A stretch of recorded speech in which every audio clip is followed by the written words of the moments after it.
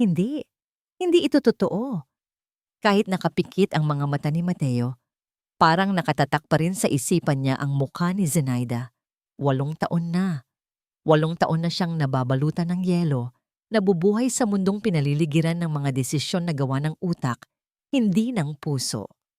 Ang pagtayo niya sa harap ng napakalaking retrato ni Zenaida sa gitna ng malamig na boardroom ng Alcantara Group ay tila isa ng ritual, isang sumpa. Sir Mateo, okay lang po kayo? Tanong ng kanyang personal assistant, si Aling Cora. Ang boses nito ay puno ng pag-aalala, tulad ng isang ina. Napabuntong hininga si Mateo at tumalikod. Okay lang, Aling Cora. Tara na. Ang araw na ito ay nakatakda para sa taunang Alcantara Cares Foundation. Isang event na para sa mga kabataan. Isang charity na itinayo niya bilang pag-alala kay Zenaida. Isang kabalintunaan na ang taong nagbibigay liwanag sa marami ay siyang nagbabalot sa kanya sa dilim. Hindi niya inisip na makikita niya ang 3 batang iyon o ang babaeng kasama nila. Nasa National Sports Academy siya, pinanood ang mga batang naglalaro sa field. Tumigil ang mundo nang biglang may bumangga sa kanyang binti. Isang maliit na batang lalaki na may ngiting nakawala. Sorry po kuya, sabi ng bata. Nagmamadali itong bumangon. Napakunot ang noo ni Mateo. Hindi sa galit, kundi sa pagkamangha. Ang batang ito, ang mukha nito, ang mga mata nito. Hindi siya pamilyar, pero parang matagal na niya itong kilala. Gabe, nandito ka na naman, sabi ng 2 magkapatid na papalapit. Ang isa ay matangkad at tahimik, Joaquin. Ang isa naman ay malikot at may nakakalokong ngiti, Rafael. Ang pakiramdam ni Mateo ay parang isang suntok sa sikmura. Bumagal ang pagtibok ng puso niya. Joaquin, Rafa, Gab, 3 magkakapatid, 3 batang lalaki. Tulad ng, Gab, sinabihan na kita na huwag tumatakbo, sabi ng isang babae. Lumapit ito at hinila sa kamay si Gab. Napatingin si Mateo sa babae. Siya si Ara Morales. Nakasuot ng simpleng t-shirt at shorts, may ngiti sa labi at malapad na mukha. Maganda, pero hindi sa paraang tulad ni Zenaida. Pero ang mga mata niya ay parang may sinasabi. Pasensya na po sir, sabi ni Ara. Sadyang makulit lang talaga ang mga anak ko. Ang salitang anak ay kumirot sa puso ni Mateo. Parang libu-libong karayom ang tumusok sa dibdib niya. Ang 3 batang ito ay magkakapatid, lalaki, magkamukha, at may mga mata na parang salamin ng mga mata niya. Ara Morales, kayo po ba ang ina ng mga batang ito? Tanong ni Mateo. Nanlalaki ang mga mata. Tumango si Ara. Opo, sir. May ama ba sila? Nag-iba ang ekspresyon ni Ara. Naging malamig at parang may takot. Mayroon po. Pero wala na siya. Patay na. Ang salitang patay ay tumatak sa utak ni Mateo. Bigla niyang naalala ang mga salita ni Doña Sol nung 8 taon na ang nakararaan. Namatay na si Zenaida.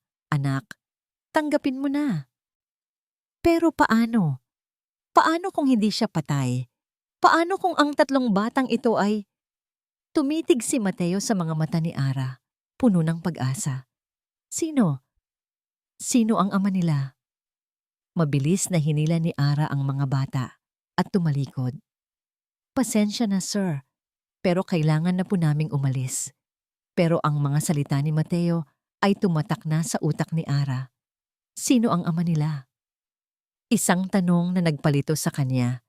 Sa likod ng mga salita niya, narinig niya ang isang matamis at mainit na tinig na matagal na niyang nakalimutan. Ang isang tinig na parang bumulong ng isang pangalan.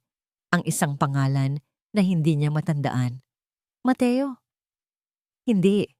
Hindi ito totoo. Hindi siya ang ama. Nagmadali si Ara na hilahin ang mga bata. Naramdaman niya ang malamig na hangin na tumagos sa balat niya. Ang mundo ay umiikot. Walang humpay na pag-ikot. Ma, si Kuya Mateo po, sabi ni Gab, sabay turo kay Mateo. Naiwan si Mateo sa Sports Academy. Nanginginig. Ang mga mata niya ay nakatitig sa mga pana na papalayo.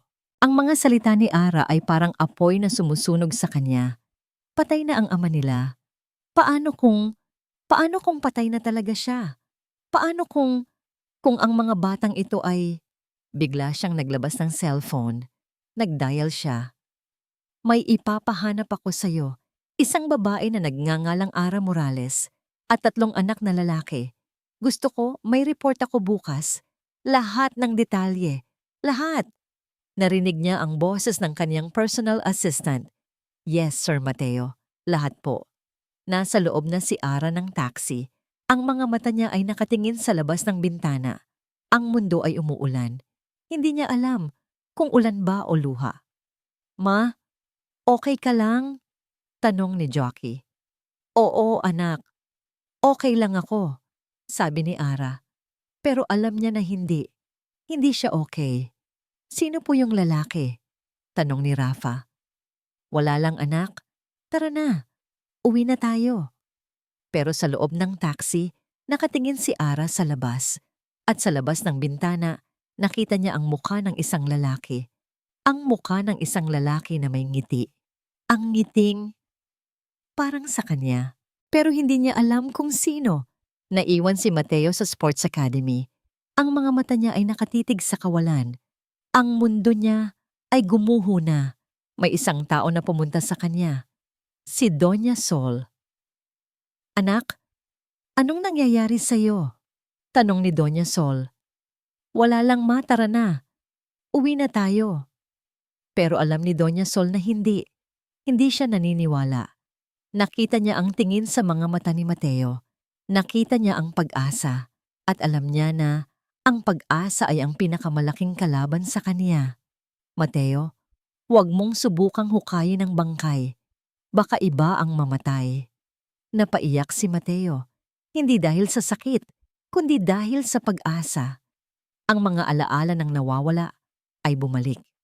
Ang mga alaala ng Zenaida, ang 3 anak, ang mga mata, ang ngiti. Lahat ay bumalik at alam niya na hindi na siya mag-iisa. Anak, sino sila? Tanong ni Doña Sol. May takot sa boses. Sila ang mga alaala, ma. Ang mga alaala ng nawawala. Nang gabing iyon, hindi mapakali si Ara. Nakahiga siya sa kaniyang kama sa maliit na bahay nila sa San Roque. Pero parang may gumugulo sa isipan niya. Walang tigil ang pag-ikot ng mga tanong. Sino ang lalaking iyon? Bakit pakiramdam niya matagal na siyang kilala nito? Bakit ang mga anak niya ay kamukhang-kamukha nito? At ang pinakamahalaga, bakit sa tuwing titingnan niya ang lalaking iyon ay may kakaibang pakiramdam na bumubulwak sa kanyang puso? Ang mga salita ng lalaking iyon ni Mateo ay umalingaw-ngaw sa utak niya. Sino ang ama nila? Ang tanong na iyon ay parang susi na gustong buksan ng isang napakalaking pintuan. Isang pintuan na matagal nang nakakandado. Biglang sumakit ang ulo ni Ara. Napahawak siya sa kaniyang sentido. Humihinga ng malalim. Parang may isang imahe na gustong lumabas sa utak niya. Isang imahe ng isang kotse, lumulubog. At isang lalaki, nakangiti. At isang babae, umiiyak. At wala na. Hindi na niya matandaan. Ma, okay ka lang? Tanong ni Jockey na napansin ang pag-aalala sa mukha ng kaniyang ina. Oo, anak, okay lang ako. Sabi ni Ara, sabay ngiti. Pero ang nangiti niya ay puno ng lungkot. Alam niya na hindi. Hindi siya okay. Sino po yung lalaking yon, ma? Tanong ni Gab, na nakahiga sa tabi niya. Wala lang anak. Tara na. Matulog na tayo. Sabi ni Ara, sabay yakap sa kanyang mga anak. Pero sa loob-loob niya, gusto niyang sumigaw. Gusto niyang malaman ang katotohanan. Gusto niyang malaman kung sino siya at kung sino ang ama ng kaniyang mga anak. Samantala, sa isang napakalaking mansyon sa Forbes Park, Walang tigil sa paglalakad si Mateo. Hawak niya ang kanyang cellphone at ang kanyang personal assistant. Si Aling Cora ay nasa kabilang linya. Wala pa rin ba, Aling Cora? Tanong ni Mateo. Puno ng pag-asa ang boses. Wala pa, Sir Mateo. Naghahanap pa rin ang mga tao ko. Pero may nakuha na po akong ilang impormasyon. Ang pangalan po niya ay Ara Morales. May 3 anak at nagtatrabaho sa isang maliit na tindahan sa San Roque. Anong pangalan ng 3 anak? Joaquin, Rafael at Gabriel. Pero ang pinagtataka ko po, Sir Mateo, wala siyang record ng birth certificate. Walang record ng mga anak niya sa National Statistics Office. Paano nangyari iyon? Hindi ko po alam, Sir Mateo. Pero ang sabi ng mga kapitbahay niya, nakuha siya ng isang matandang lalaki sa isang aksidente 8 taon na ang nakararaan. May amnesia raw po siya. Ang salitang amnesia ay parang isang kidlat na tumama sa utak ni Mateo. Bigla niyang naalala ang mga salita ni Doña Sol. Namatay na siya, anak. Pero paano kung hindi? Paano kung nabuhay siya pero may amnesia? Aling Cora, gusto ko, hanapin mo ang matandang lalaking yon. At gusto ko, hanapin mo ang mga birth certificate ng mga anak niya. Lahat ng detalye. Sabi ni Mateo, may pag-asa ang boses. Yes, Sir Mateo. Lahat po. Nang makababa sa tawag, biglang pumasok si Doña Sol sa office ni Mateo. Ang mga mata niya ay puno ng galit. Mateo, ano bang ginagawa mo?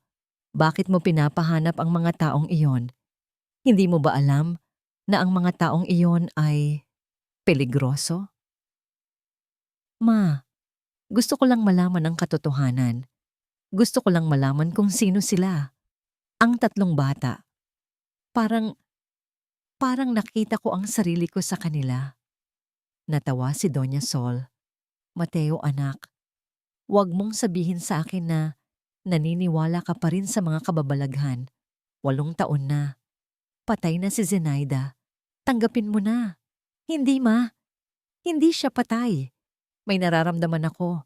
May nakikita ako sa mga mata ng mga bata na hindi ko maipaliwanag.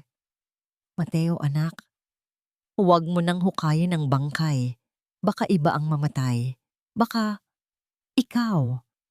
Ngunit sa halip na matakot, mas lalo pang naging determinado si Mateo. Ma, hindi ako natatakot. Gusto ko lang malaman ang katotohanan. Anak, huwag mo akong subukan. Alam mo na hindi ako natatakot na gawin ang lahat para sa'yo. Alam ko, ma. Pero alam ko rin na may tinatago ka. May tinatago ka na hindi ko alam. Mateo, anong pinagsasabi mo? Ma, ang aksidente ni Zenaida. Hindi yun aksidente, di ba? May kinalaman ka, di ba? Hindi sumagot si Doña Sol. Nakatitig lang siya kay Mateo. Ang mga mata niya ay puno ng galit at takot. Paano mo nalaman? Naramdaman ko, ma. Naramdaman ko na may tinatago ka. At ngayon, gusto kong malaman ang lahat ng katotohanan. Lahat. Pati na rin ang tungkol sa 3 bata. Natawa si Doña Sol. Mateo, anak, huwag mong subukan ang pasensya ko. Baka may gawin ako na pagsisisihan mo. Ma, ano ang ginawa mo? Huwag mong subukang hukayin ang bangkay, Mati. Baka iba ang mamatay. Baka sila. Ang mga salita ni Doña Sol ay parang isang kidlat na tumama sa utak ni Mateo. Bigla siyang natakot. Natakot siya na baka may gawin si Doña Sol sa mga bata. Ma, huwag mo silang idamay. Wala silang kasalanan. Alam ko, anak, pero alam mo rin na gagawin ko ang lahat para sa'yo. Lahat. Pati na rin ang pagtanggal ng mga taong makakasakit sa'yo. Napaiyak si Mateo. Hindi dahil sa sakit, kundi dahil sa pag-asa.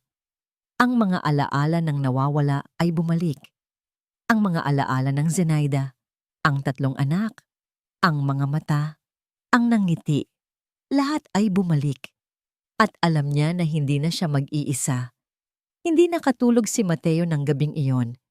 Ang mga salita ni Doña Sol ay umalingaw-ngaw sa kaniyang isipan. Isang malinaw na banta na hindi niya maaaring baliwalain. Pero mas malakas pa roon ang pag-asang biglang sumibol sa kaniyang puso. Ang pag-asang buhay si Zenaida. Kinabukasan, maaga siyang nag-drive papunta sa San Roque. Hindi na siya nag-abalang magsuot ng suit o anumang formal na damit. Nakasimpleng polo shirt at jeans lang siya. Ayaw niyang maging isang Alcantara. Gusto niya lang maging Mateo. Ang San Roque ay isang maliit na pamayanan, malayo sa ingay at gulo ng Maynila. Ang mga bahay ay maliliit at magkakadikit. Ang mga kalye ay makipot at puno ng mga batang naglalaro. Tila isang mundo na taliwas sa malamig at malaking mansyon ng mga Alcantara. Napakunot ang noo ni Mateo nang makita niya si Ara. Nakaupo ito sa isang maliit na bangko sa harap ng kanilang bahay habang nag-aayos ng mga gulay. Ang mga kamay nito ay marumi. Ang mukha ay pawisan. Pero ang nangiti nito sa kaniyang mga anak ay napakaganda. Isang nangiti na hindi niya nakikita sa mukha ng mga taong mayaman. Isang ngiti na puno ng pagmamahal. Biglang bumilis ang tibok ng puso ni Mateo. Ang mga batang lalaki ay naglalaro sa kalye. Si Joaquin ay nag-aayos ng isang sirang laruan. Si Rafa ay tumatakbo at humahabol sa isang aso. Si Gab naman ay nakikipag-usap sa isang matanda. Pareho silang nakangiti. Lumapit si Mateo. Naramdaman ni Ara ang presensya niya. Tumayo siya at pinunasan ng kanyang kamay sa kanyang damit. "Sir Mateo," sabi ni Ara, may takot sa boses. "Ara," sabi ni Mateo, "gusto ko lang makipag-usap sa'yo. Pwede ba?" Hindi sumagot si Ara. Tumango lang siya. "Gusto ko lang malaman kung saan mo nakuha ang mga anak mo," sabi ni Mateo. Hindi niya alam kung paano sisimulan. "Sir, hindi ko alam kung anong pinagsasabi niyo," sabi ni Ara. "Sila ang mga anak ko." "Alam ko, pero may amnesia ka, di ba?" Napakunot ang noo ni Ara. Nagulat siya. Paano niya nalaman? Sino? Sino ang nagsabi sa'yo? Hindi mahalaga kung sino ang nagsabi. Ang mahalaga, ang katotohanan, sabi ni Mateo. "Gusto ko lang malaman ang lahat. Gusto ko lang malaman kung saan ka galing." "Sir, hindi ko po alam," sabi ni Ara. "Lahat ng alam ko, ang buhay ko, ang mga anak ko, ay nagsimula nang magising ako sa isang maliit na bahay. At ang matandang lalaking iyon, si Tatay Lino, siya ang alaga sa akin." Tumango si Mateo. "Pwede mo ba akong ipakilala sa kanya?"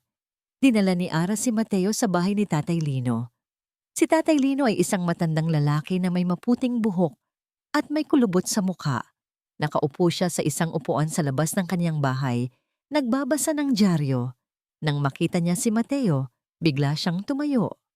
"Sir Mateo," sabi ni Tatay Lino, may takot sa boses. "Tatay Lino, paano mo ako nakilala?" "Sir, ako po ang dating tagapag-alaga ng hardin niyo. Noong bata pa kayo." Napakunot ang noo ni Mateo. Hindi niya matandaan, pero ang mukha ng matandang lalaki ay pamilyar. "Tatay Lino, gusto ko lang malaman ang tungkol kay Ara at sa mga anak niya," sabi ni Mateo. "Sir, nakuha ko lang po si Ara sa isang aksidente. May amnesia siya. At nang magising siya, may 3 bata na sa tabi niya. Hindi ko po alam kung sino ang ama ng mga bata," sabi ni Tatay Lino. May takot sa boses. "Pero, hindi mo ba alam na siya si Zenaida?" Biglang nagbago ang ekspresyon ni Tatay Lino. "Sir, hindi ko alam kung anong pinagsasabi mo. Hindi ko alam." "Tatay Lino, huwag ka nang magsinungaling. Alam ko na may tinatago ka," sabi ni Mateo. "Ang aksidente, hindi iyon aksidente, di ba?" Hindi sumagot si Tatay Lino. Tumalikod siya at tumingin sa malayo. "Tatay Lino, may kinalaman si Doña Sol sa aksidente, di ba?" Nanginginig ang katawan ni Tatay Lino. "Sir, hindi ko alam. Hindi ko alam." "Tatay Lino, Tulungan mo ako. Gusto ko lang malaman ang katotohanan. Gusto ko lang malaman kung sino ang may gawa ng aksidente na yon at kung sino ang ama ng mga bata. Sir, hindi ko po alam. Pero may isang bagay lang po na alam ko. Ano? Ang mga mata ng mga bata. Kamukhang kamukha mo, sir. Parang nakita ko ang sarili ko sa kanila.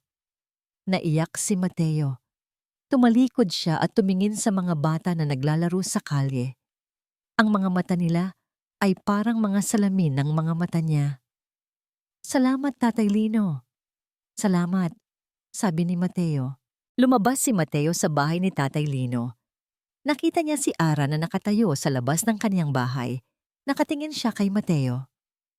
Sir, ano ang sinabi niya sa'yo?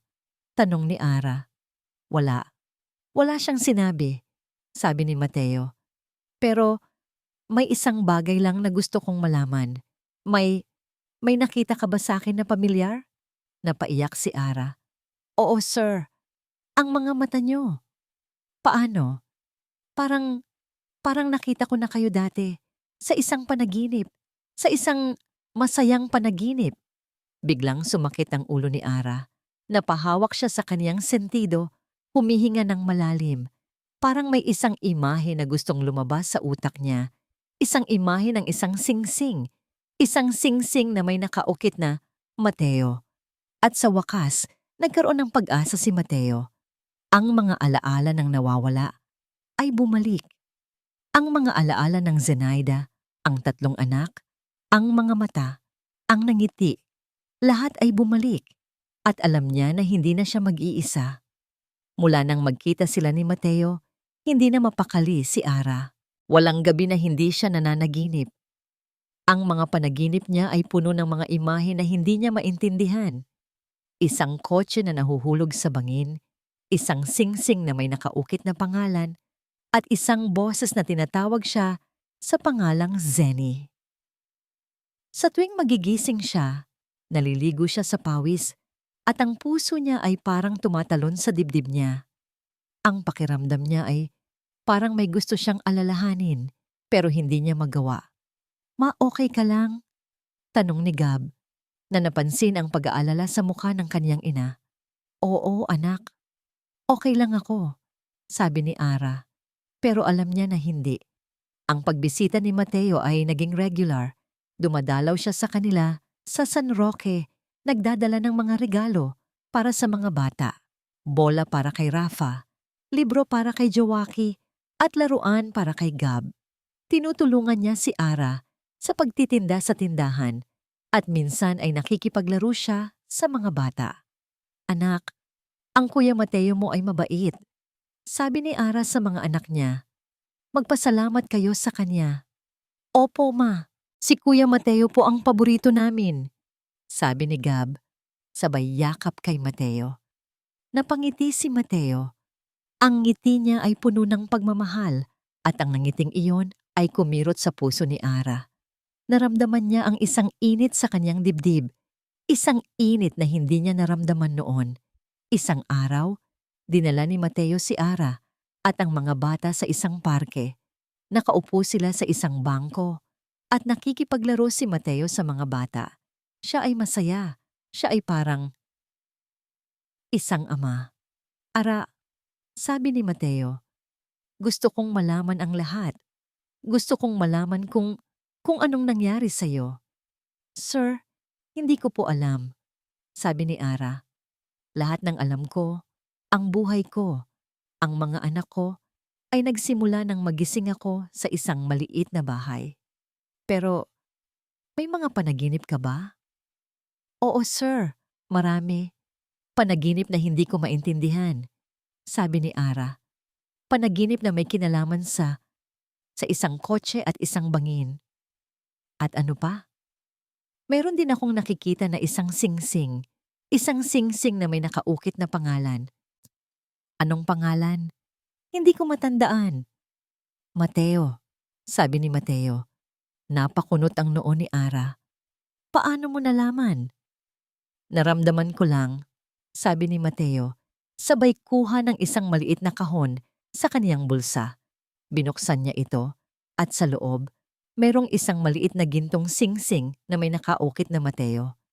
Ito ang singsing ko. Singsing ni Zenaida. Sabi ni Mateo, gusto kong malaman mo na mahal kita. Napaiyak si Ara. Naramdaman niya ang isang init sa kaniyang dibdib. Ang singsing ay parang isang susi na gustong buksan ang isang napakalaking pintuan. Biglang may lumapit sa kanila. Isang messenger. May dala itong isang sobre. Ara Morales? Tanong ng messenger. Ako nga, sabi ni Ara. Sabay kuha sa sobre. Nagulat siya. Walang pangalan ng nagpadala. Binuksan niya ito at sa loob, merong isang sulat at isang larawan. Ang sulat ay sulat kamay. Ara, mag-ingat ka. Ang lalaking iyan, siya ang pumatay sa'yo. Siya ang magpapakamatay sa mga anak mo. Nanginginig ang kamay ni Ara. Pagkatapos, tiningnan niya ang larawan. Ito ay isang larawan ng isang babae na nakayakap kay Mateo. Ang babae ay may suot na wedding gown at sa likod niya, merong isang bata. Sir, sino? Sino ito? Tanong ni Ara. May takot sa boses. Nagulat si Mateo. Hindi niya alam kung ano ang sasabihin. Hindi niya alam kung sino ang babae at ang bata sa larawan. Ara, hindi ko alam. Hindi ko siya kilala. Sir, sinabi sa iyo ng sulat na siya ang pumatay sa akin at na siya ang magpapakamatay sa mga anak ko. Naiyak si Ara. Ang mga alaala niya ay bumalik. Isang kotse, isang bangin, isang boses na nagsasabing, patayin mo siya. Tumalikod si Ara at tumakbo. Tumatakbo siya, umiiyak, at ang puso niya ay parang tumatalon sa dibdib niya. Ara, teka, hintay, sigaw ni Mateo. Pero huli na. Naiwan si Mateo sa parke. Ang puso niya ay parang nasira. Ang mga salita ni Ara ay parang apoy na sumusunog sa kanya. Hindi siya ang pumatay kay Zenaida. Hindi siya. Bakit? Bakit mo ginawa ito, ma? Bulong ni Mateo. Alam niya na si Doña Sol ang may gawa nito. Alam niya na gusto siyang sirain ni Doña Sol, pero hindi niya akalain na gagawin niya ito sa ganitong paraan. Naramdaman ni Mateo ang isang malalim na sakit sa dibdib niya. Mas masakit pa sa sakit na naramdaman niya noong nawala si Zenaida. Ma, bakit mo ginawa ito sa akin? Walang sumagot. Walang sumagot sa kaniyang tanong. Ara, maniwala ka sa akin. Hindi ako ang pumatay sa'yo. Bulong ni Mateo habang nakatingin sa malayo. Naramdaman niya ang isang malalim na lungkot. Ang mga alaala ng nawawala ay bumalik. Ang mga alaala ng Zenaida, ang 3 anak, ang mga mata, ang nangiti, lahat ay bumalik. At alam niya na hindi na siya mag-iisa. Nang gabing iyon, matapos magising si Ara mula sa bangungot at makita ang larawan, hindi na siya makapaniwala sa kahit sino, lalo na kay Mateo. Naguguluhan siya. Ang puso niya ay nagsasabing maniwala kay Mateo, ngunit ang utak niya ay nagsasabing mag-ingat. Kinabukasan, maaga siyang nag-empake. Kinuha niya ang kanyang mga anak at naghanda silang umalis sa San Roque. Ma, saan po tayo pupunta? Tanong ni Jockey. Sa Maynila, anak. Gusto ko lang pumunta sa ibang lugar, sabi ni Ara. Pero ang totoo, gusto niyang lumayo kay Mateo. Gusto niyang malaman ang katotohanan ng mag-isa.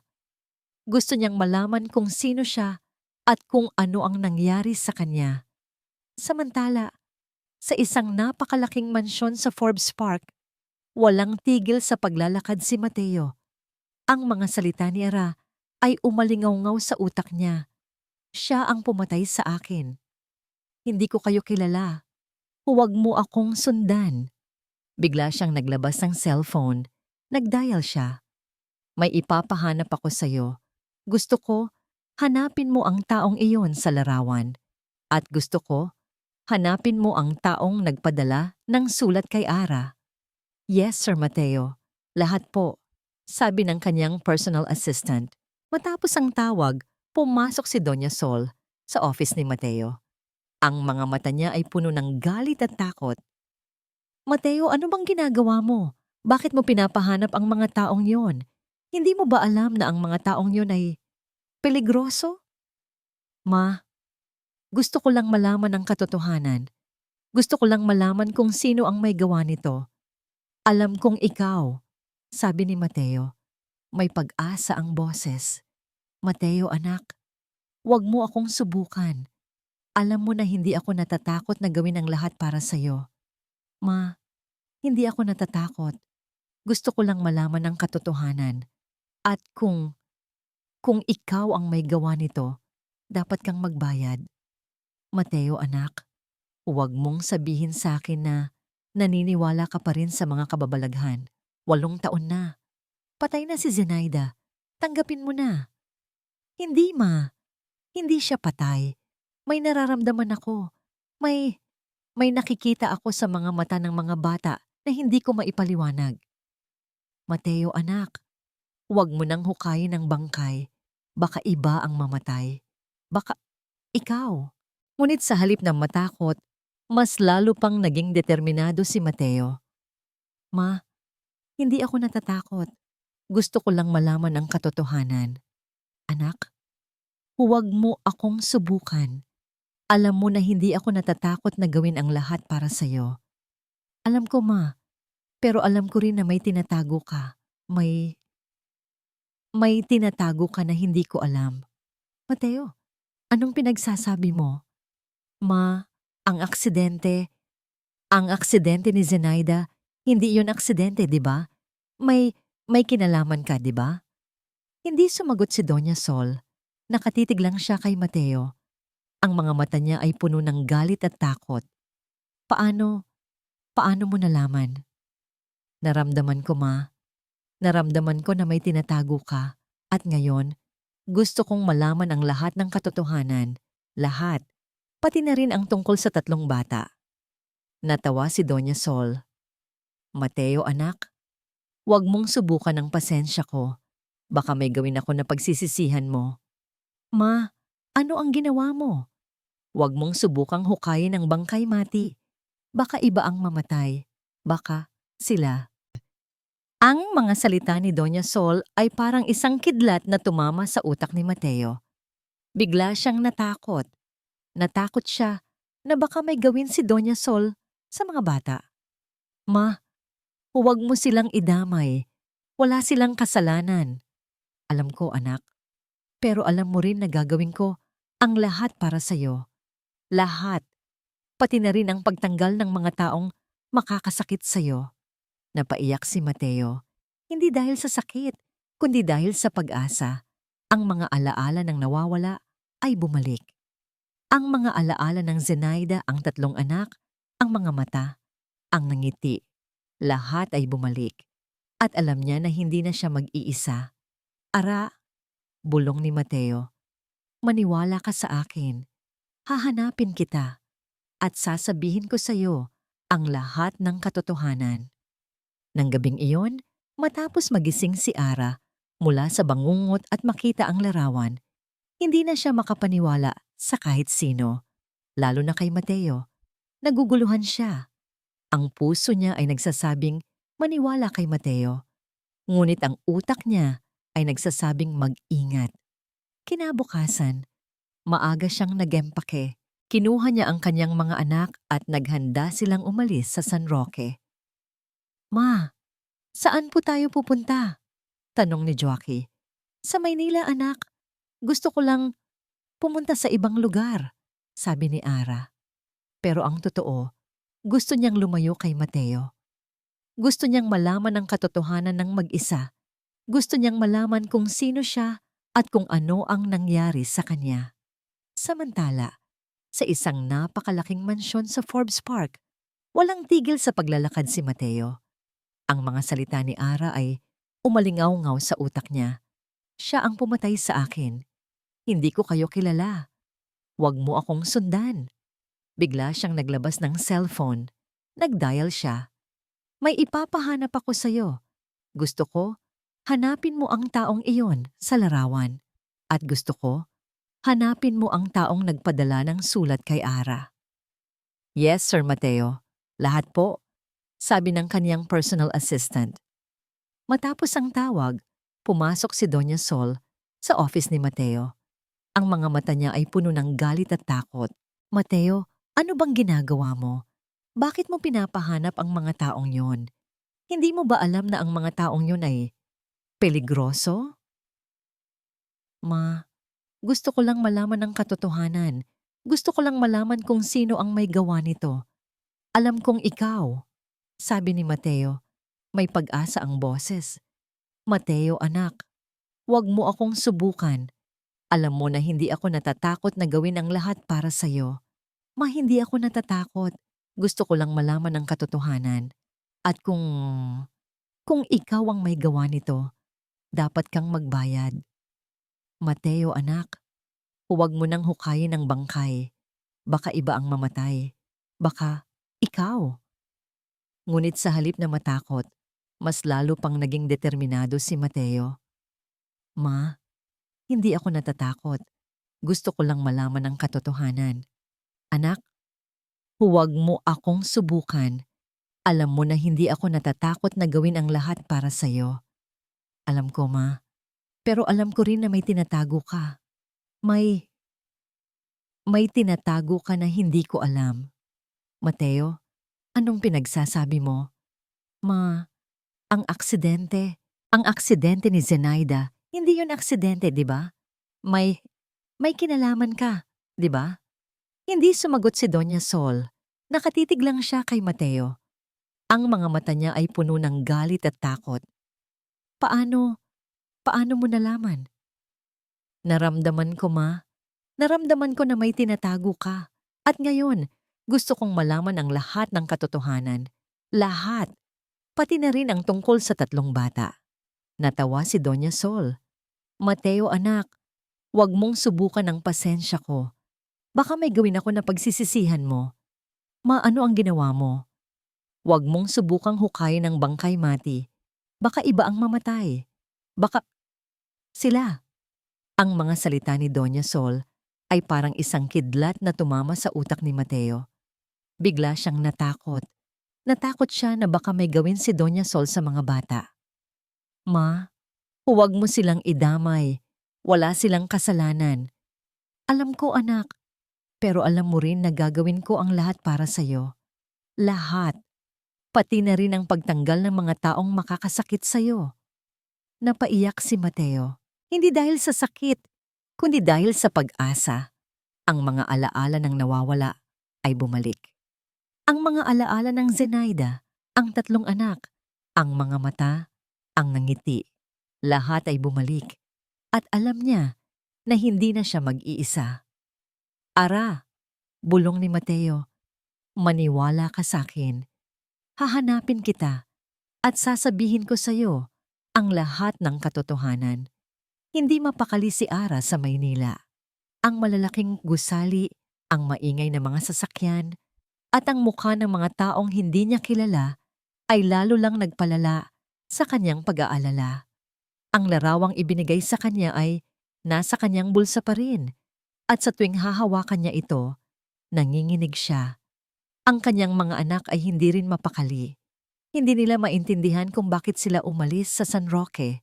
Ang Maynila ay kakaiba sa kanila at ang mga bata ay parang takot. Ma, gusto ko na pong umuwi, sabi ni Gab.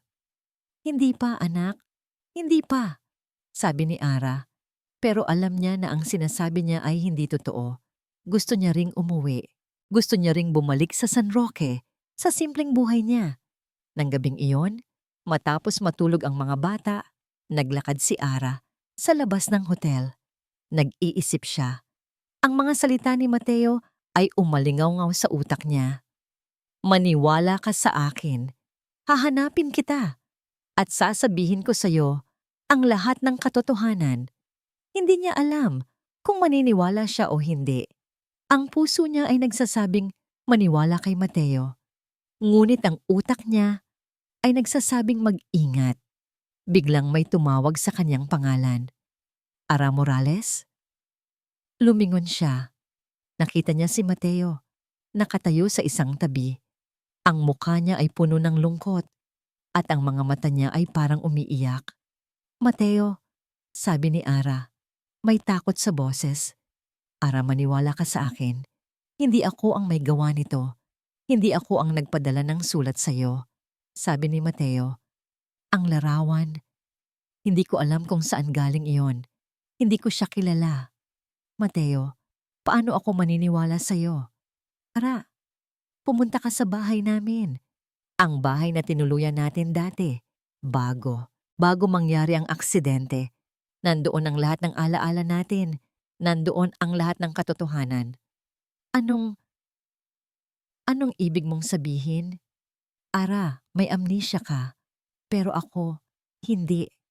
Naalala ko lahat. Naalala ko lahat ng nangyari sa atin. Sabi ni Mateo, maniniwala ka ba sa akin? Hindi sumagot si Ara. Nag-aalangan siya. Pero ang mga mata ni Mateo ay parang nagmamakaawa, nagpapasalamat, at sa wakas, tumango siya. Sige Mateo, pero wag mo akong paasahin, sabi ni Ara.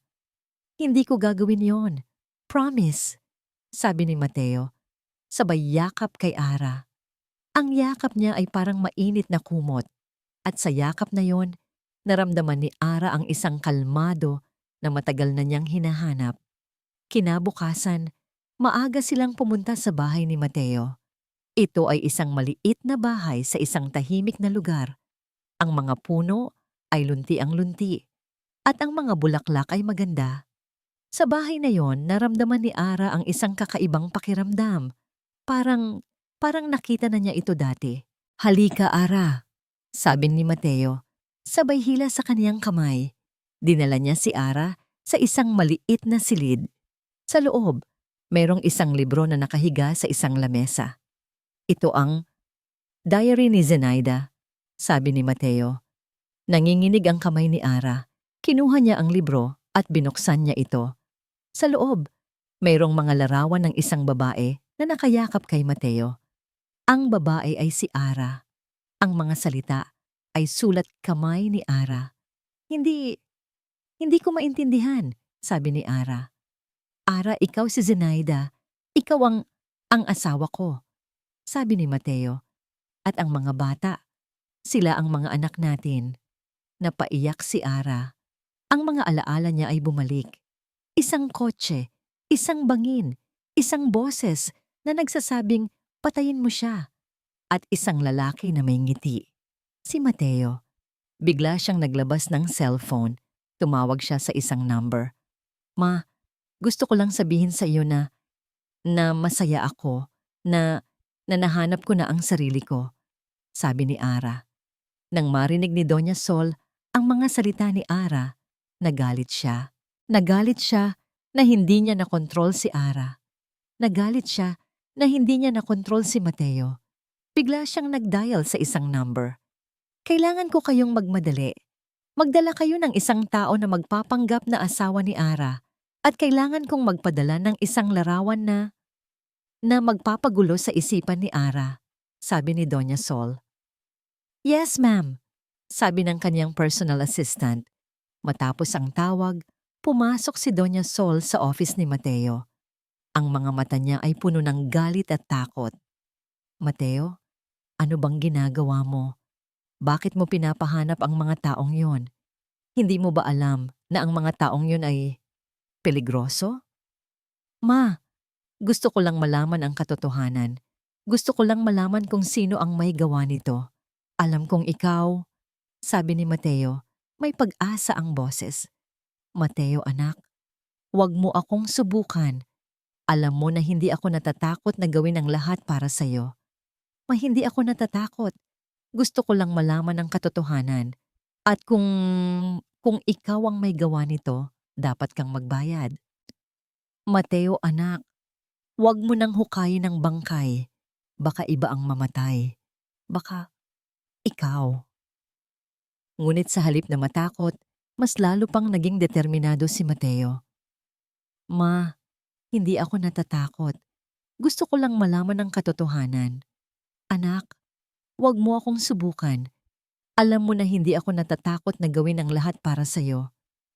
Alam ko, Ma, pero alam ko rin na may tinatago ka.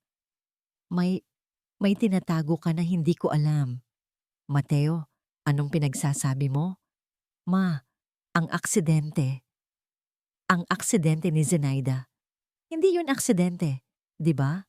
May kinalaman ka, di ba? Hindi sumagot si Doña Sol. Nakatitig lang siya kay Mateo. Ang mga mata niya ay puno ng galit at takot. Paano? Paano mo nalaman? Naramdaman ko, Ma. Naramdaman ko na may tinatago ka. At ngayon, gusto kong malaman ang lahat ng katotohanan.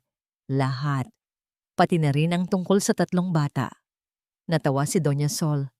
Mateo, anak, huwag mong subukan ang pasensya ko. Baka may gawin ako na pagsisisihan mo. Ma, ano ang ginawa mo? Huwag mong subukang hukayin ang bangkay, Mati. Baka iba ang mamatay. Baka sila.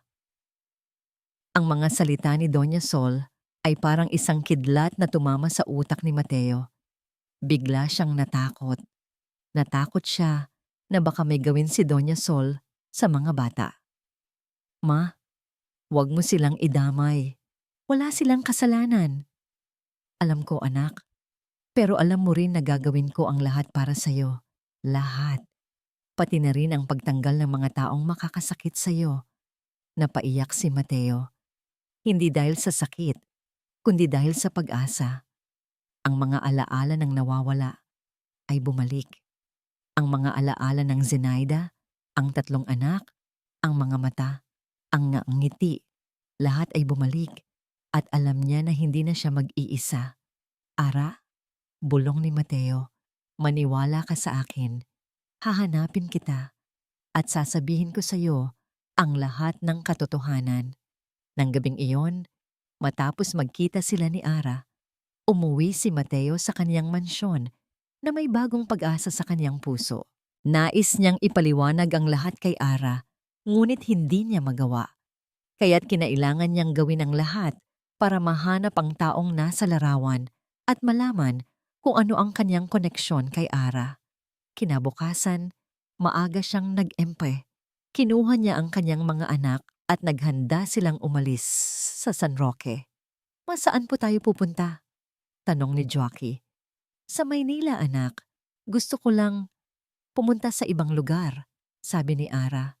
Pero ang totoo, gusto niyang lumayo kay Mateo. Gusto niyang malaman ang katotohanan ng mag-isa. Gusto niyang malaman kung sino siya at kung ano ang nangyari sa kanya. Samantala, sa isang napakalaking mansyon sa Forbes Park, walang tigil sa paglalakad si Mateo. Ang mga salita ni Ara ay umalingaw-ngaw sa utak niya. Siya ang pumatay sa akin. Hindi ko kayo kilala. Huwag mo akong sundan. Bigla siyang naglabas ng cellphone. Nagdial siya. May ipapahanap ako sa'yo. Gusto ko, hanapin mo ang taong iyon sa larawan. At gusto ko, hanapin mo ang taong nagpadala ng sulat kay Ara. Yes, Sir Mateo. Lahat po, sabi ng kaniyang personal assistant. Matapos ang tawag, pumasok si Doña Sol sa office ni Mateo. Ang mga mata niya ay puno ng galit at takot. Mateo, ano bang ginagawa mo? Bakit mo pinapahanap ang mga taong yon? Hindi mo ba alam na ang mga taong yon ay peligroso? Ma, gusto ko lang malaman ang katotohanan. Gusto ko lang malaman kung sino ang may gawa nito. Alam kong ikaw, sabi ni Mateo. May pag-asa ang boses. Mateo, anak, huwag mo akong subukan. Alam mo na hindi ako natatakot na gawin ang lahat para sa'yo. Ma, hindi ako natatakot. Gusto ko lang malaman ang katotohanan. At kung ikaw ang may gawa nito, dapat kang magbayad. Mateo, anak, huwag mo nang hukayin ang bangkay. Baka iba ang mamatay. Baka ikaw. Ngunit sa halip na matakot, mas lalo pang naging determinado si Mateo. Ma, hindi ako natatakot. Gusto ko lang malaman ang katotohanan. O anak, huwag mo akong subukan. Alam mo na hindi ako natatakot na gawin ang lahat para sa'yo. Alam ko, Ma. Pero alam ko rin na may tinatago ka. May, may tinatago ka na hindi ko alam. Mateo, anong pinagsasabi mo? Ang aksidente. Ang aksidente ni Zenaida. Hindi yun aksidente, di ba? May kinalaman ka, di ba? Hindi sumagot si Doña Sol. Nakatitig lang siya kay Mateo. Ang mga mata niya ay puno ng galit at takot. Paano? Paano mo nalaman? Naramdaman ko, Ma. Naramdaman ko na may tinatago ka. At ngayon, gusto kong malaman ang lahat ng katotohanan. Lahat. Pati na rin ang tungkol sa 3 bata. Natawa si Doña Sol. Mateo, anak, huwag mong subukan ang pasensya ko. Baka may gawin ako na pagsisisihan mo. Ma, ano ang ginawa mo? Huwag mong subukang hukayin ang bangkay, Mati. Baka iba ang mamatay. Baka sila. Ang mga salita ni Doña Sol ay parang isang kidlat na tumama sa utak ni Mateo. Bigla siyang natakot. Natakot siya na baka may gawin si Doña Sol sa mga bata. Mahuwag mo silang idamay. Wala silang kasalanan. Alam ko, anak. Pero alam mo rin na gagawin ko ang lahat para sa'yo. Lahat. Pati na rin ang pagtanggal ng mga taong makakasakit sa'yo. Napaiyak si Mateo. Hindi dahil sa sakit, kundi dahil sa pag-asa. Ang mga alaala ng nawawala ay bumalik. Ang mga alaala ng Zenaida, ang 3 anak, ang mga mata, ang nangiti. Lahat ay bumalik. At alam niya na hindi na siya mag-iisa. Ara, bulong ni Mateo, maniwala ka sa akin. Hahanapin kita. At sasabihin ko sa iyo ang lahat ng katotohanan. Nang gabing iyon, matapos magkita sila ni Ara, umuwi si Mateo sa kanyang mansyon na may bagong pag-asa sa kanyang puso. Nais niyang ipaliwanag ang lahat kay Ara, ngunit hindi niya magawa. Kaya't kinailangan niyang gawin ang lahat para mahanap ang taong nasa larawan at malaman kung ano ang kaniyang koneksyon kay Ara. Kinabukasan, maaga siyang nag-empake. Kinuha niya ang kanyang mga anak at naghanda silang umalis sa San Roque. Ma, saan po tayo pupunta? Tanong ni Jockey. Sa Maynila, anak. Gusto ko lang pumunta sa ibang lugar, sabi ni Ara. Pero ang totoo, gusto niyang lumayo kay Mateo. Gusto niyang malaman ang katotohanan ng mag-isa. Gusto niyang malaman kung sino siya at kung ano ang nangyari sa kanya. Samantala, sa isang napakalaking mansyon sa Forbes Park, walang tigil sa paglalakad si Mateo. Ang mga salita ni Ara ay umalingaw-ngaw sa utak niya. Siya ang pumatay sa akin. Hindi ko kayo kilala. Huwag mo akong sundan. Bigla siyang naglabas ng cellphone. Nagdial siya. May ipapahanap ako sa'yo. Gusto ko, hanapin mo ang taong yon sa larawan. At gusto ko, hanapin mo ang taong nagpadala ng sulat kay Ara. Yes, Sir Mateo. Lahat po, sabi ng kaniyang personal assistant. Matapos ang tawag, pumasok si Doña Sol sa office ni Mateo. Ang mga mata niya ay puno ng galit at takot. Mateo, ano bang ginagawa mo? Bakit mo pinapahanap ang mga taong yon? Hindi mo ba alam na ang mga taong yon ay peligroso? Gusto ko lang malaman ang katotohanan. Gusto ko lang malaman kung sino ang may gawa nito. Alam kong ikaw, sabi ni Mateo. May pag-asa ang boses. Mateo, anak, huwag mo akong subukan. Alam mo na hindi ako natatakot na gawin ang lahat para sa'yo. Ma, hindi ako natatakot. Gusto ko lang malaman ang katotohanan. At kung ikaw ang may gawa nito, dapat kang magbayad. Mateo, anak, huwag mo nang hukayin ang bangkay. Baka iba ang mamatay. Baka ikaw. Ngunit sa halip na matakot, mas lalo pang naging determinado si Mateo. Ma, hindi ako natatakot. Gusto ko lang malaman ang katotohanan. Anak, huwag mo akong subukan. Alam mo na hindi ako natatakot na gawin ang lahat para sa'yo. Alam ko, Ma. Pero alam ko rin na may tinatago ka. May tinatago ka na hindi ko alam. Mateo, anong pinagsasabi mo? Ma, ang aksidente? Ang aksidente ni Zenaida. Hindi yun aksidente, di ba? May kinalaman ka, di ba? Hindi sumagot si Doña Sol. Nakatitig lang siya kay Mateo. Ang mga mata niya ay puno ng galit at takot. Paano?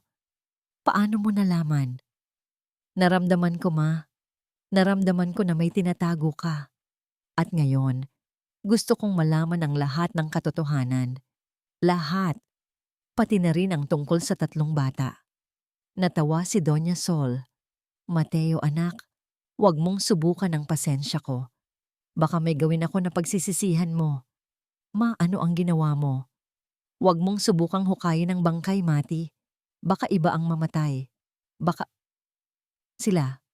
Ang mga salita ni Doña Sol ay parang isang kidlat na tumama sa utak ni Mateo.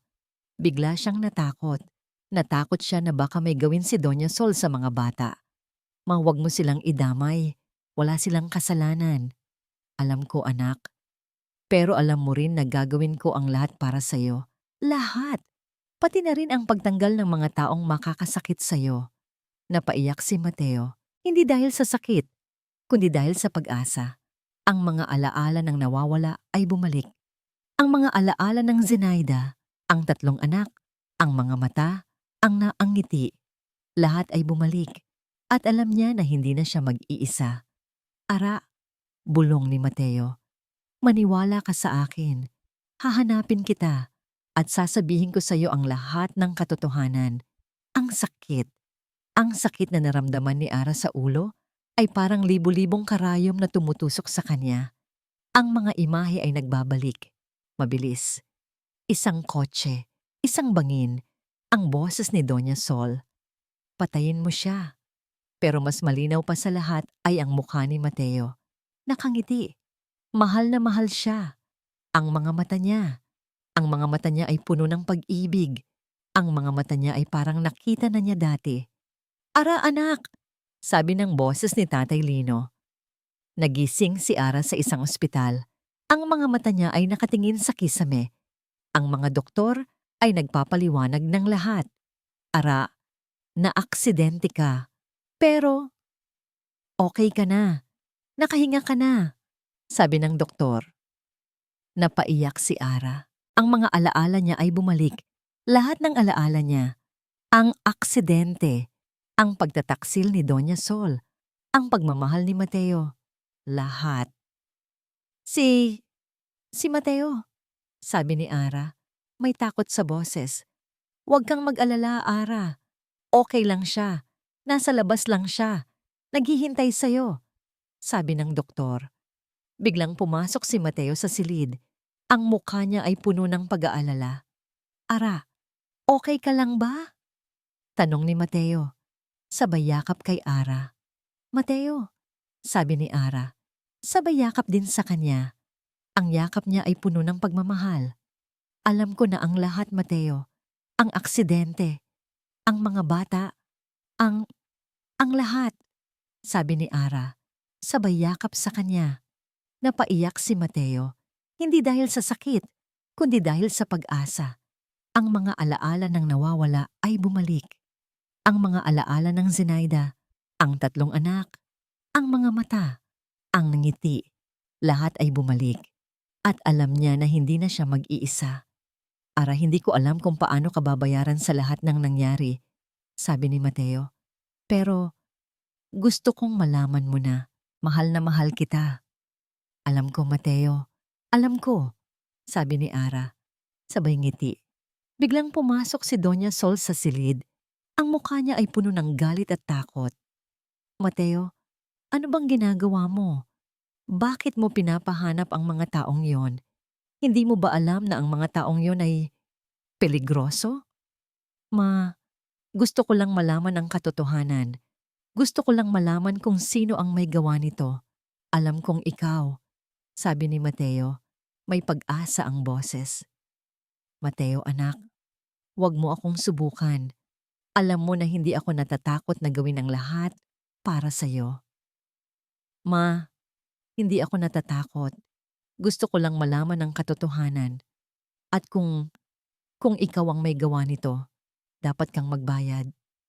Mateo, anak, huwag mo nang hukayin ang bangkay. Baka iba ang mamatay. Baka ikaw. Ngunit sa halip na matakot, mas lalo pang naging determinado si Mateo. Ma, hindi ako natatakot. Gusto ko lang malaman ang katotohanan. Anak, huwag mo akong subukan. Alam mo na hindi ako natatakot na gawin ang lahat para sa'yo. Alam ko, Ma, pero alam ko rin na may tinatago ka. May tinatago ka na hindi ko alam. Mateo, anong pinagsasabi mo?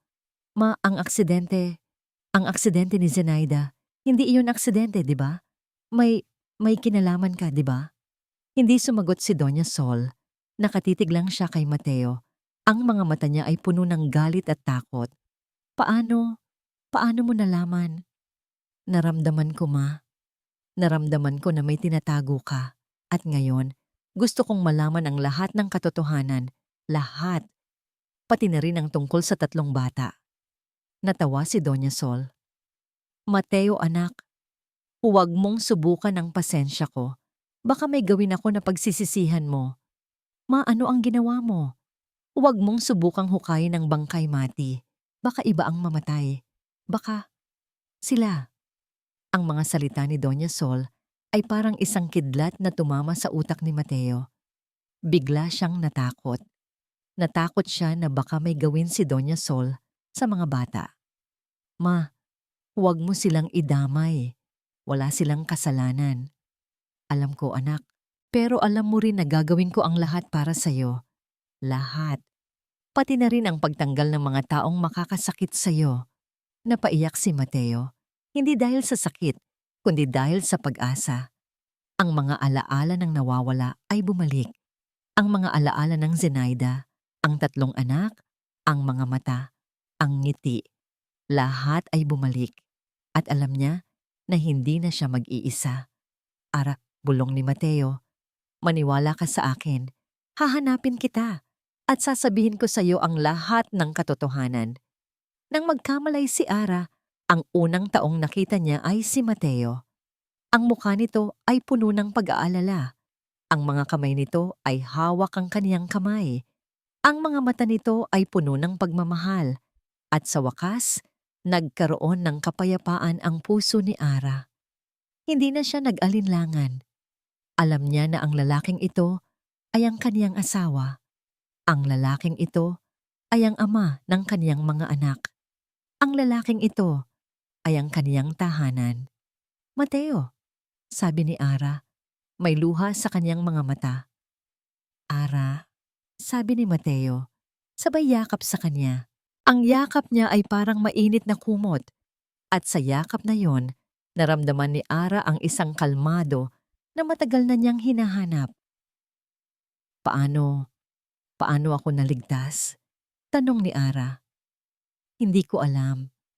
Ang alam ko lang, nang magising ako, nandoon ka na sa tabi ko. At ang 3 bata. Ang sabi ng doktor, na aksidente ka. Sabi ni Mateo. Pero ang totoo, may tinatago ka. Oo, sabi ni Ara. May amnesia ako. At ang lahat ng alaala ko, bumalik na. Salamat sa Diyos, sabi ni Mateo. Sabay yakap sa kanya ulit. Salamat sa Diyos na bumalik ka. Biglang pumasok si Doña Sol sa silid. Ang mukha niya ay puno ng galit at takot. Mateo, ano bang ginagawa mo? Bakit mo pinapahanap ang mga taong yon? Hindi mo ba alam na ang mga taong yon ay peligroso? Ma, gusto ko lang malaman ang katotohanan. Gusto ko lang malaman kung sino ang may gawa nito. Alam kong ikaw. Sabi ni Mateo, may pag-asa ang boses. Mateo, anak, huwag mo akong subukan. Alam mo na hindi ako natatakot na gawin ang lahat para sa'yo. Ma, hindi ako natatakot. Gusto ko lang malaman ang katotohanan. At kung ikaw ang may gawa nito, dapat kang magbayad. Mateo, anak, huwag mo nang hukayin ang bangkay. Baka iba ang mamatay. Baka ikaw. Ngunit sa halip na matakot, mas lalo pang naging determinado si Mateo. Ma, hindi ako natatakot. Gusto ko lang malaman ang katotohanan. Anak, huwag mo akong subukan. Alam mo na hindi ako natatakot na gawin ang lahat para sa'yo. Alam ko, Ma, pero alam ko rin na may tinatago ka. May tinatago ka na hindi ko alam. Mateo, anong pinagsasabi mo? Ma, ang aksidente. Ang aksidente ni Zenaida. Hindi iyon aksidente, di ba? May kinalaman ka, di ba? Hindi sumagot si Doña Sol. Nakatitig lang siya kay Mateo. Ang mga mata niya ay puno ng galit at takot. Paano? Paano mo nalaman? Naramdaman ko, Ma. Naramdaman ko na may tinatago ka. At ngayon, gusto kong malaman ang lahat ng katotohanan. Lahat. Pati na rin ang tungkol sa 3 bata. Natawa si Doña Sol. Mateo, anak, huwag mong subukan ang pasensya ko. Baka may gawin ako na pagsisisihan mo. Maano ang ginawa mo? Huwag mong subukang hukayin ang bangkay, Mati.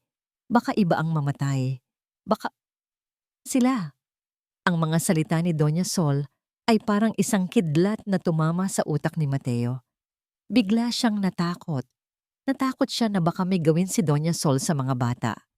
Ma, huwag mo silang idamay. Wala silang kasalanan. Alam ko, anak. Pero alam mo rin na gagawin ko ang lahat para sa'yo. Lahat. Pati na rin ang pagtanggal ng mga taong makakasakit sa'yo. Napaiyak si Mateo. Hindi dahil sa sakit, kundi dahil sa pag-asa. Ang mga alaala ng nawawala ay bumalik. Ang mga alaala ng Zenaida, ang 3 anak, ang mga mata, ang ngiti, lahat ay bumalik. At alam niya na hindi na siya mag-iisa. Ara, bulong ni Mateo. Maniwala ka sa akin. Hahanapin kita. At sasabihin ko sa iyo ang lahat ng katotohanan.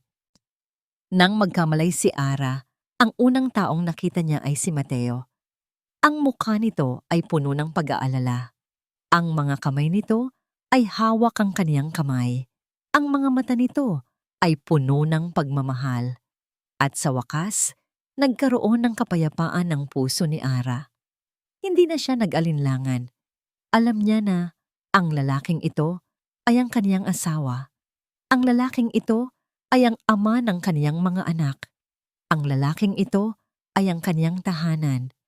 Mateo, sabi ni Ara, may luha sa kaniyang mga mata. Ara, sabi ni Mateo, sabay yakap sa kanya.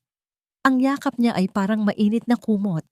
At sa yakap na yon, naramdaman ni Ara ang isang kalmado na matagal na niyang hinahanap. Paano?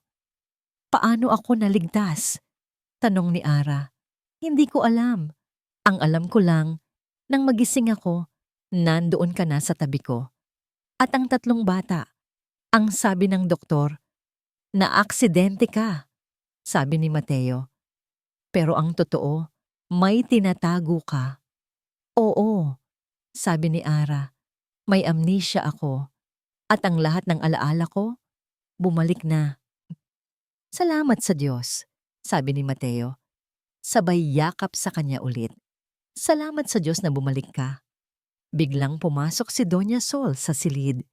Ang mukha niya ay puno ng galit at takot. Mateo, ano bang ginagawa mo? Bakit mo pinapahanap ang mga taong iyon? Hindi mo ba alam na ang mga taong iyon ay peligroso? Ma, gusto ko lang malaman ang katotohanan. Gusto ko lang malaman kung sino ang may gawa nito. Alam kong ikaw, sabi ni Mateo. May pag-asa ang boses. Mateo, anak, huwag mo akong subukan. Alam mo na hindi ako natatakot na gawin ang lahat para sa'yo. Ma, hindi ako natatakot. Gusto ko lang malaman ang katotohanan. At kung ikaw ang may gawa nito, dapat kang magbayad.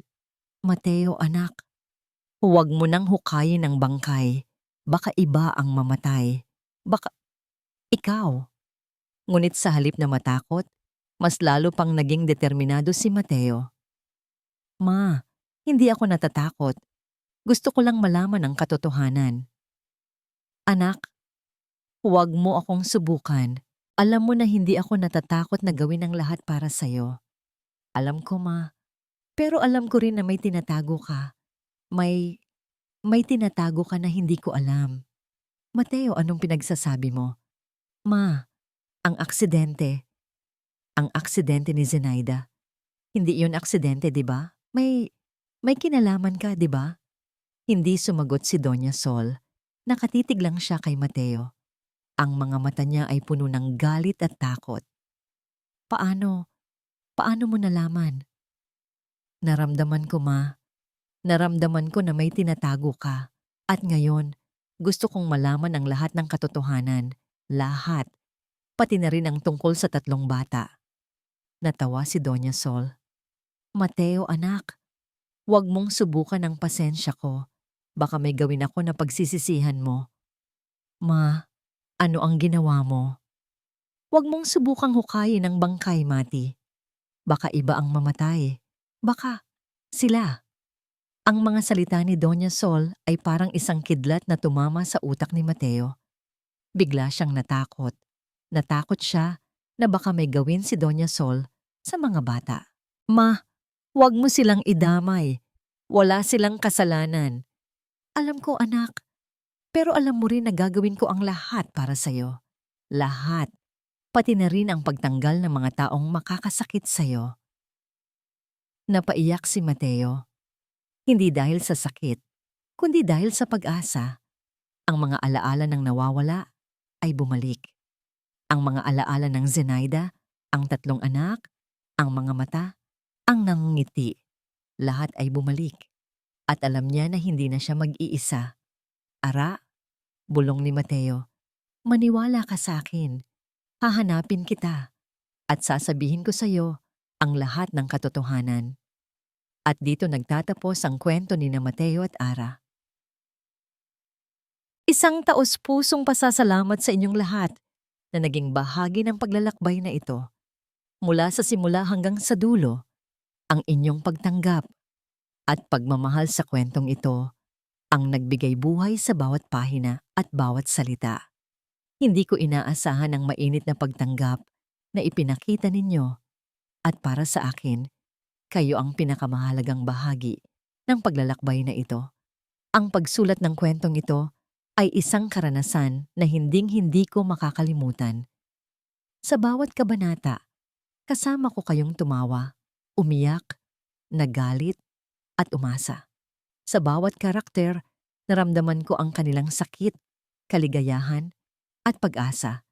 At sa dulo, sa bawat karakter, naramdaman ko ang kanilang pagpapatawad at pagmamahal.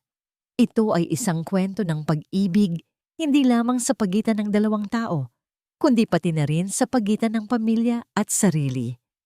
Ito ay isang kwento ng pagpapatawad, hindi lamang sa iba, kundi pati na rin sa sarili.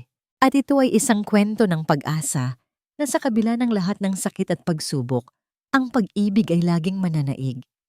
Sana, sa pamamagitan ng kwentong ito, naramdaman ninyo ang mensahe na nais kong iparating, na ang pag-ibig ay hindi lamang isang emosyon, kundi isang desisyon na kailangan nating gawin araw-araw. At sana, sa bawat sandali ng inyong buhay, naramdaman ninyo ang kapangyarihan ng pag-ibig. Kung meron man kayong nais na ibahagi, mangyaring huwag kayong mag-atubiling magpadala sa akin ng mensahe. Ang inyong mga komento at suhestyon ay mahalaga sa akin. Maraming salamat muli sa inyong pagmamahal at suporta. Nagmamahal, hindi binasa ang sulat ko.